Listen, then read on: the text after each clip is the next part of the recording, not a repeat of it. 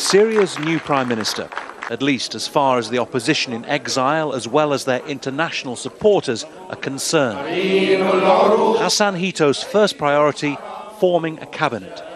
Based inside Syria, the interim government will need to establish legitimacy with people living in the 60% of the country estimated to be under control of anti-Assad forces. Tomorrow there will be a speech, and you will hear through the speech the program and an introduction of the highlights of the plan for the near future. From the general who represents the majority of the armed groups fighting the Assad regime, there's a promise of loyalty. We in the Free Syrian Army look to the government as a political umbrella for us, and we can ask the government, when we have this government, to support us with everything what we need in our struggle and in our fight against the dictator regime in Damascus.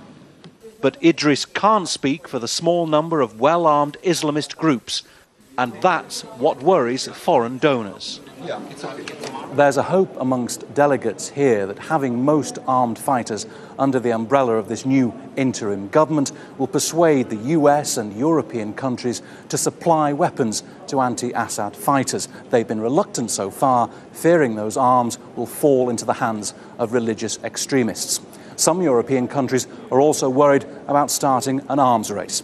But then Iran and Russia are already resupplying Assad's forces. Bernard Smith, Al Jazeera, Istanbul.